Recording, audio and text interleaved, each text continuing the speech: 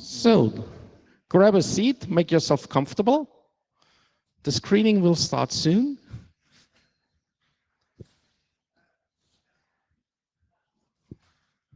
Right, so I know what robots you are looking for.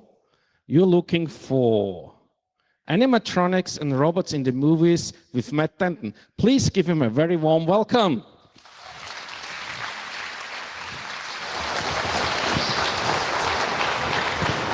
Thank you very much. Thank you. Ooh, that's loud, isn't it? You should try standing up here. I feel like I've been at the bar all day. So I'm a bit of a lean. Yeah, so I'm here to talk about control systems and techniques and a little bit of behind-scenes stuff in films. I've worked in the film industry and television industry, specializing in control systems for animatronics for about 25 years now.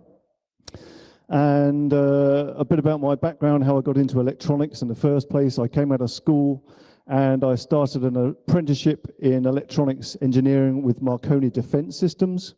So that was a 4-year apprenticeship where I learned basic skills, and there was a lot of practical element to it actually, which was very good. And then we did like an ONC and an HNC in electronics software engineering. And I think towards the end of my apprenticeship, I could see that software engineering was much more interesting to me, so I kind of diverted slightly halfway through. I then started a degree at Portsmouth University in electronics engineering again. And rather foolishly, I was offered a place in the second year, and I said, no, I'm gonna do the first year with my mates, idiot, and got bored in the first year and left to join the film industry. And I'm not saying anyone else do that. So any kids today finish a degree, because I never went back to finish my degree, and it's always bugged me. But I got a job. I basically bugged some people at a television show and said, I want to work in special effects. How do I get into that? And they said, well, you've got to build stuff. What can you make? And I couldn't really make much at the time, but I did used to make models in my spare time, just as a hobby. And I was really into Star Wars, and so I scratch built this model Scout Walker in my shed. And I took it back to them and said, look, I can make things like this. And they were like, oh, okay, yeah, we might give you a job. And they did give me a job over the summer. This was after my first year at uni. But I wasn't a very good model maker. And they were like, what else can you do? That didn't last long. So I said, well, I do electronics. And they're like, oh, okay. And they had loads of stuff that needed things like lights and bells and whistles and actuation. So I kind of ended up being their electronics boy. Which suited me just fine, because I was suddenly an expert in their company, because they had no one else who could do it. But I was still learning a lot at the time. And when I started with this kind of stuff, this was about mid-90s, maybe 93, 94, something like that. It was much more traditional control techniques for animatronics within film and TV commercials. And I'm sure most of you know, but an animatronic is effectively a robotic puppet. So it's a robot, it has motors and actuators inside of it, but it's usually electronically controlled or hydraulically controlled. And quite often there's a team of puppeteers in the background making it look alive. Of course, there's no real intelligence in it other than the people that are controlling it. So to define a robot, it's not really a robot, it's a creative piece of robotic art. Your washing machine's more of a robot than probably what I do. But so anyway, we got into this animatronic control systems, and I started by taking traditional methods such as like the controller you see on the screen is a very old one. It was these were great controllers. Some people might remember them, and I used to hot rod these. So the little LCD screen in the top left corner was my own modification to the controller. To expand its functionality. And then soon after that, we were getting into stuff which needed like maybe 14 or 15 channels of control, which was unheard of in radio control these days. They were stuck at about 8 channels. And they were all servo-based controls, so like hobby servers you use now. That's most animatronic heads still use them today. So anyway, there was motion control systems were out there for camera control. So what I basically did is took an existing motion control platform a well-known one at the time, and adapted it for animatronics. So then we could do, on this particular advert, this is a Lloyd's Bank advert from the 90s of a giant that roller skates down a hill. And his head had about 14 servos, actuators in it, which at the time blew me away. I was like, oh, wow, how are we ever going to do this? And you can tell that as you'll see these slides progress, you can tell the age of the photo by the size of my monitor and the size of the computer system and the monitors sat on. So that was a 386 DX33, blisteringly fast with 4 megabytes of RAM and 140 megabyte hard drive. I thought I'd won the lottery. So yeah, so the systems were big, chunky, and adapted, and it was fairly simple control techniques. It was more or less signal conditioning, input to output, and scaling. It's a tiny bit of mixing in there, and we could do actually on this system. You could record and play back, and there's some basic editing features. And then basically I'm doing some skipping through in chunks because I usually do this talk over about 45 minutes to an hour. So coming out of working for this company, the dream at the time is to work for Jim Henson's Creature Shop because they are the creme de la creme of all animatronics. And I got there at about 1996, and I worked on a film called Buddy, to spend a few weeks on Buddy. And I really enjoyed it. And I walked in there thinking I knew everything, and after 3 weeks I knew nothing, because their level, their game was up here somewhere. But by that point I had developed my own control system, so because the motion control system we were using, the camera one, was fine, but it wasn't dedicated to animatronics, and there's lots it could do we didn't need, and there's lots it couldn't do we did need. So I'd redeveloped my own system, and I got into Henson's, and I was young and brash. And I was like, you want to use my system, not yours, because they had their own. I mean, developed it for years. I mean, they were the head of their game, and for some reason I thought mine was better. I have no idea what I was thinking. But amazingly, they did use it. And we were doing a film called Lost in Space, and we built these 2 hydraulic massive robots for the Lost in Space 1997 film. And at the time, their control system wasn't really geared for this kind of stuff. It was for small animatronic heads. And they were actually going to use the camera system that I'd based mine on. And I said, well, I've got a system that's dedicated for robotics, and it's based on the camera system you're going to get. So use mine, and convinced them to, and they did. So that was the kind of start of my control systems career. And these robots were really another step up. You know, I'd never done hydraulics. I'd never done this level of control. That's me with a ponytail. I go through various phases of hair in this talk as well. Yeah, very complicated, and we didn't have much time to build them. The control system, as you can see, the bottom right there, is a massive desk of computers and racks, and the monitor is still about the same size. There's a puppeteer in front of it who's in a control rig, and basically the robot would copy whatever he does, so he'd have a slave input device he was wearing, so whatever moves he made, the robot would make. And this taught us a lot about safety as well, because we had a very, very near miss on this job. We built 2 of these machines, and they were hydraulic powered. We had a guy outside of the stage on a hydraulic pump starting and stopping the pump for us, and he had a set of comms on so we could talk to him. And they keep the pump outside the stage because the noise it makes. And then we had these long cables coming into the stage, the robot on stage, the computer system. The robot is on a platform there, and those cables dropping down through the platform, and I'm underneath, so that was my control station.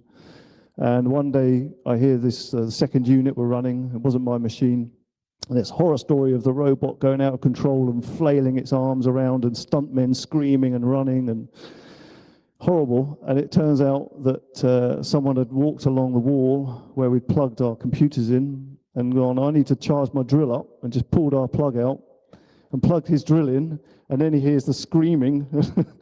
And what happened is the computers shut down, but they weren't interlocked to the pump. And the pump's still running, so it's got full hydraulic power but no control, which is terrifying. And our comms were also on the same main system, so we're shouting at the guy on the comms to kill the pump, but he's just like, oh, it didn't realize the comms have gone very quiet, and then someone comes running out and hits the pump stop button. So we learned to put in interlocks after that point. Steep learning curve.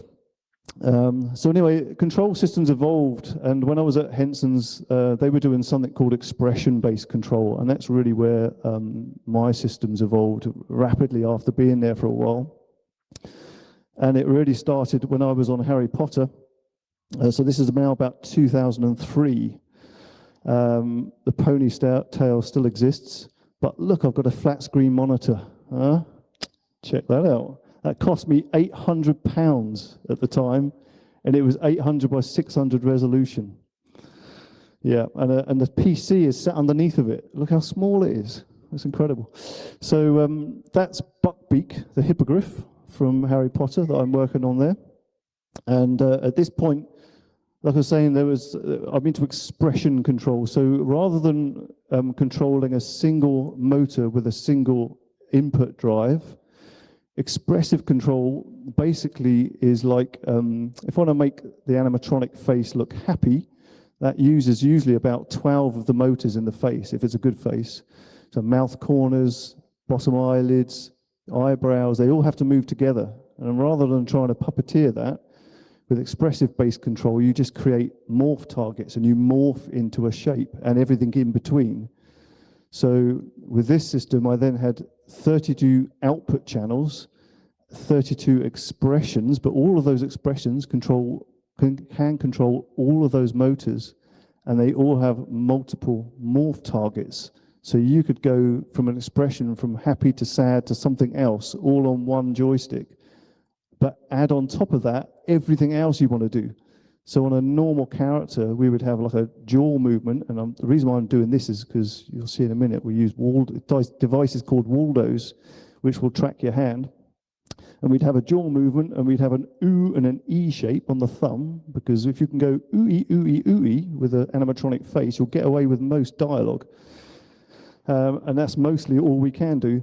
So ooey, ooey, ooey, and then a bit of jaw, and then you'd have some other twist stuff here, could do stuff with the face, and you'd have another joystick which would do all of the eye control and the brows and everything else. And then the computer basically would tie all these expressions together and sum them all together in a big mixer, squirt them out to the head, and suddenly you get this really lifelike animation out of it, because you've not got one person doing the eyes up and down, or one joystick doing the eyes up and down.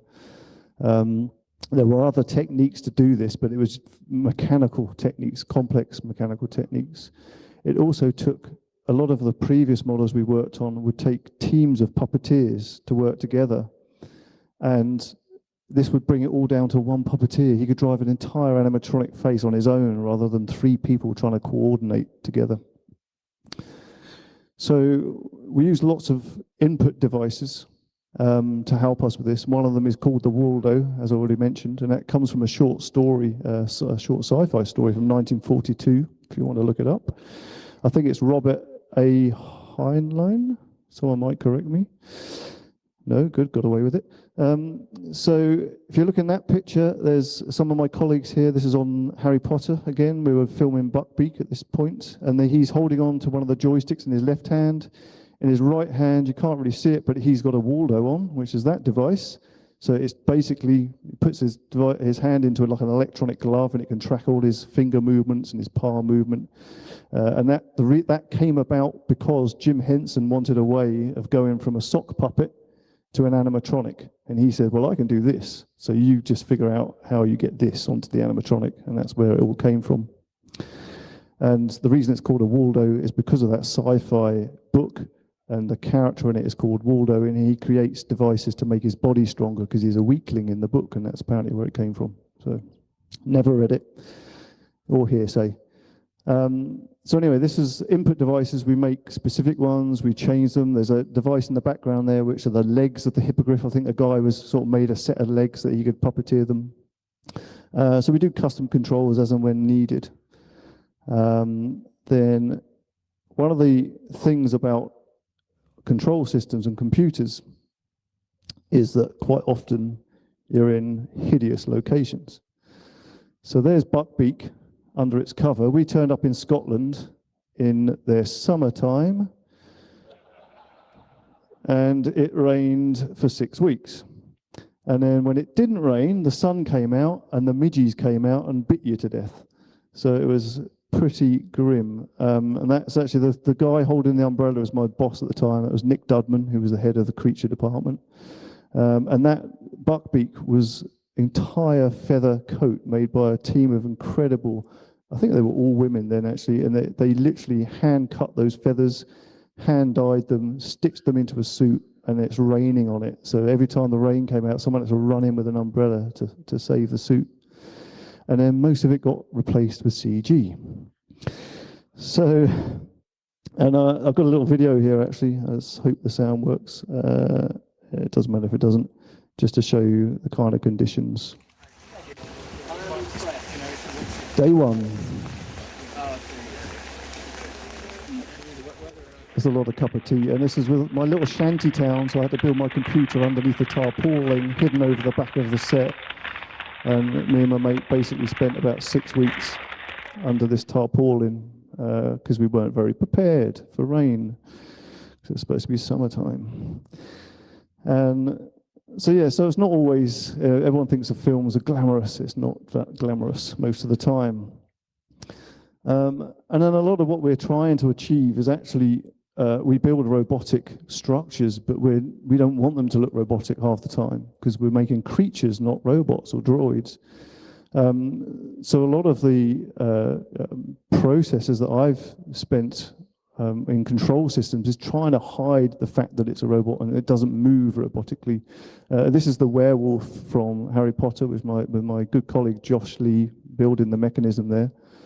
And this was a beautiful mechanism again, a guy on stilts, and really a beautiful, beautiful thing to watch in performance, and one of the best animatronic wolf type faces I've ever seen. And I spend a lot of time on it. So I use a lot of filtering. It's like mathematical filters in my control systems. You can turn on a first order filter. It might mean something to a lot of people. It's just a mass filter. It makes things very all kind of organic as in their movement. It dampens things down, because you don't want things too juddery and stuff. So I filter stuff a lot, and we use acceleration and deacceleration curves to try and make things more natural. And we did this a lot on the werewolf. There's the guy practicing on his stilts, and he hasn't got the full costume on there. He's got the head on, he's got a cable tether. So the hippogriff we nicknamed the heap of grief. The werewolf was nicknamed the Y-wolf, because we should never have built it. So basically, we got him on set. It was lovely. It worked great, and he was doing really well. We had two guys in this, and this guy was a ballerina, 6'8" ballerina, and the other guy that played it was a kickboxer. They're both very similar build. Anyway, get him on set and put the face on, and if you shut your eyes and try to balance, it's quite hard with your eyes shut. Shut your eyes, try to balance on stilts on rough terrain with a werewolf head on. Ain't going to happen. And we have a nickname in the industry for animatronic jobs that go wrong. They're called animatrocities. That was one of them. Anyway, I'll move quickly on, because this is Fawkes again from Harry Potter, and by this time I've got a laptop. Yay. And it's a Panasonic Toughbook. God, these things were like £4,000 when they came off. These were secondhand on eBay for like 300, but I'm always somewhere down the line in technology. But Fawkes was a beautiful thing, and I've got a quick video clip of it here. This is stop frame animation, just because it's a time lapse, but it does go into full animation at the end. And bear in mind, this is 2004, so we're quite a way back here. At this point, this is the most complex thing I think we've done to date.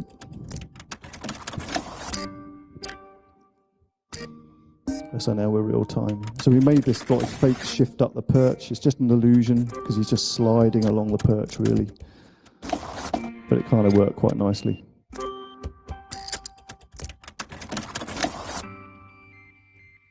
Again, another lovely feather suit done by our rest of the creature effects department. and barely used in the film. I'll move on a bit faster. I've been given my 10-minute warning. This hexapods, I've been building hexapods for years. You might have seen the mantis today. Hopefully the last.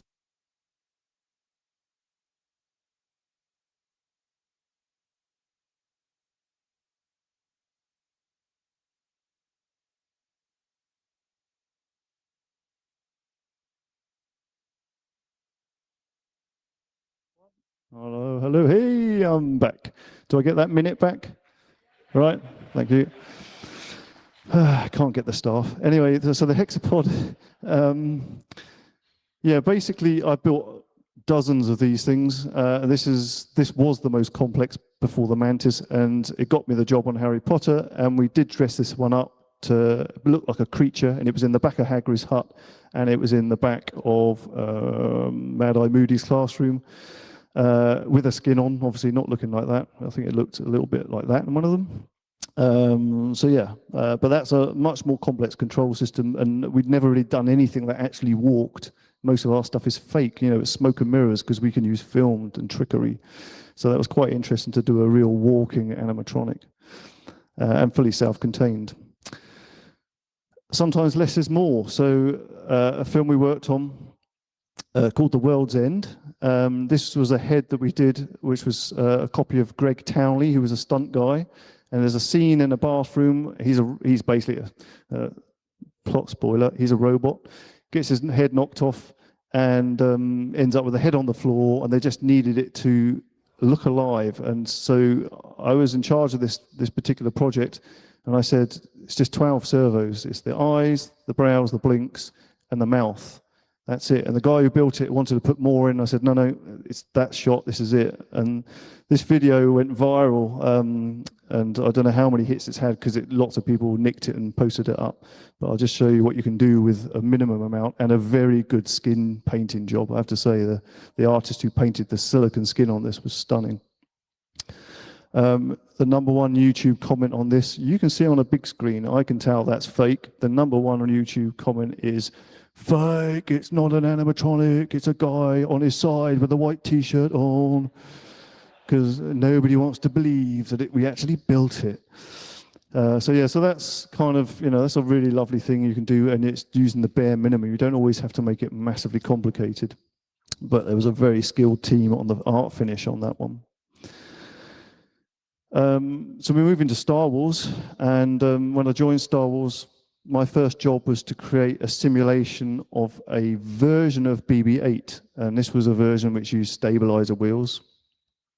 And I've got a video of it here. So basically I built this in a virtual environment.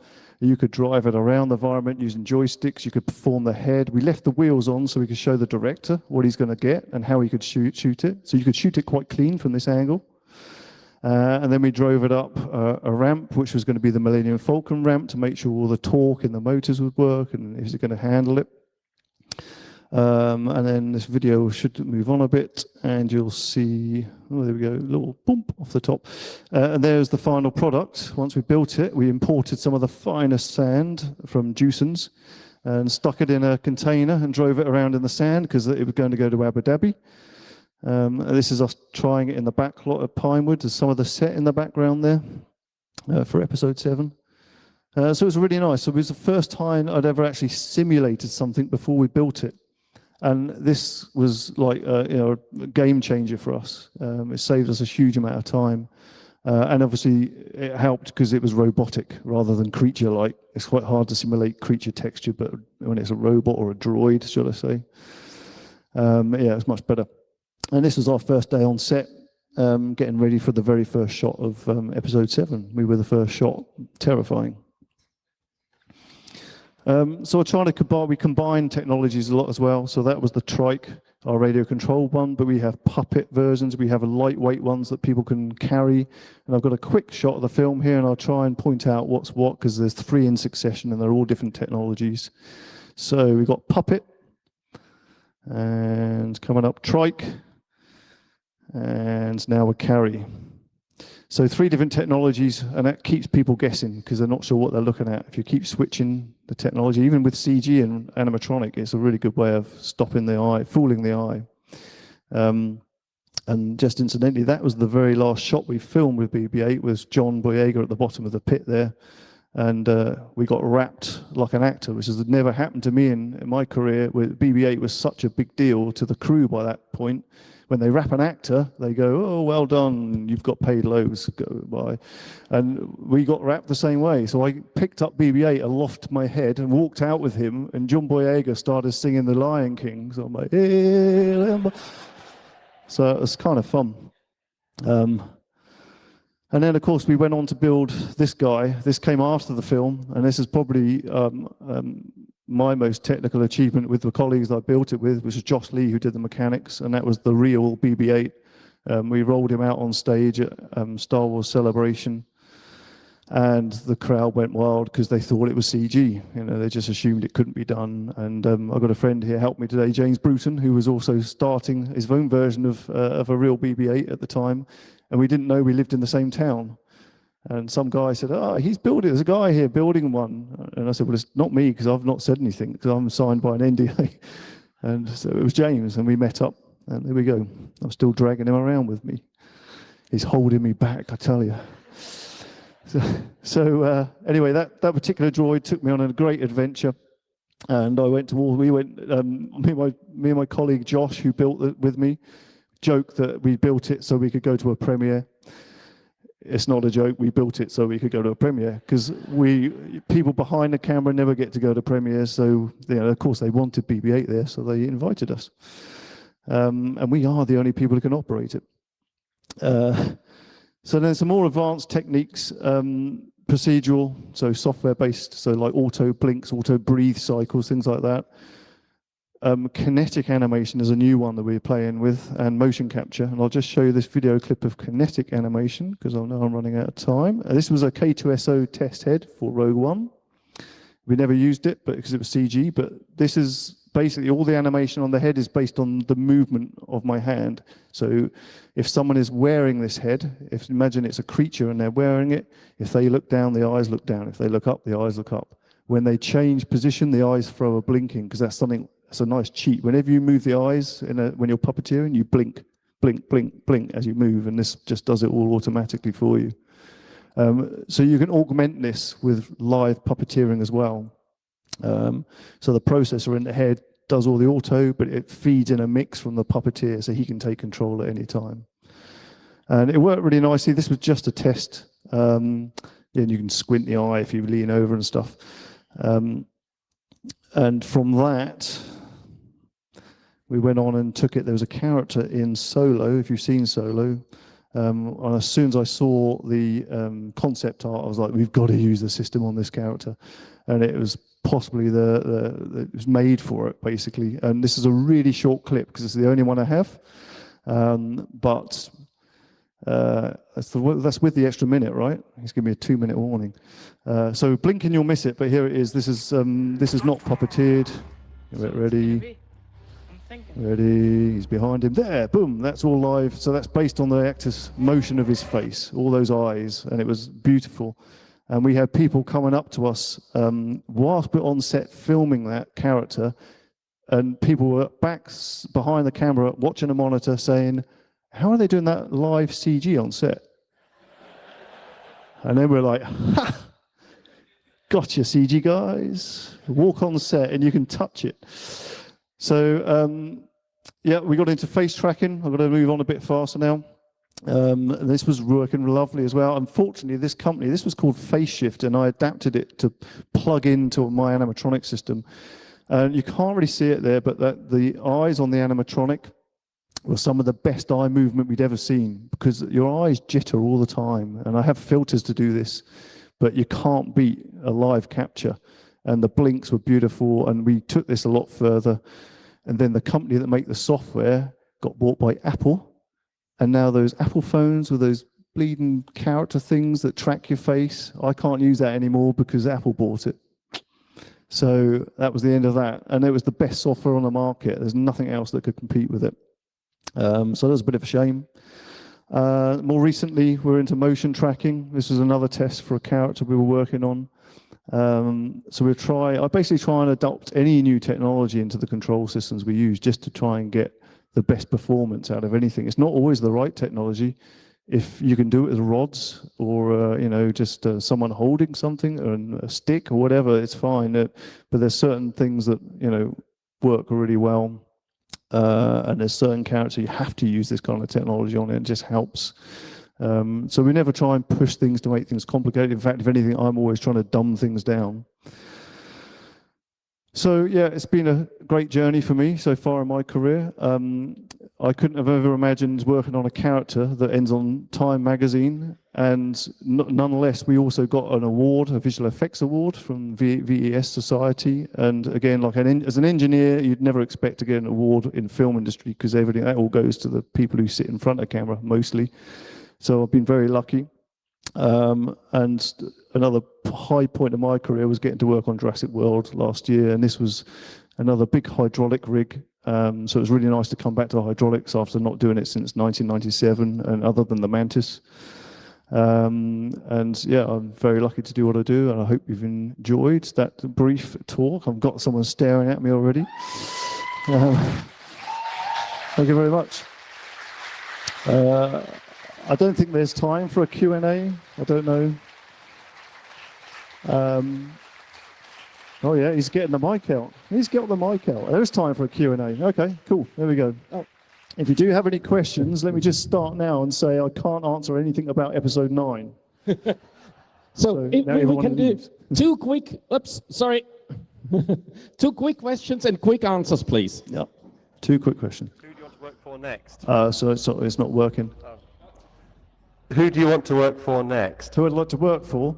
I'd quite like to go and work in the States for a bit and see what I've worked there a bit through traveling, and there's some really interesting work going on out there with companies like Spectral Motion and Stan Winston's company, which became something else. Legacy Effects.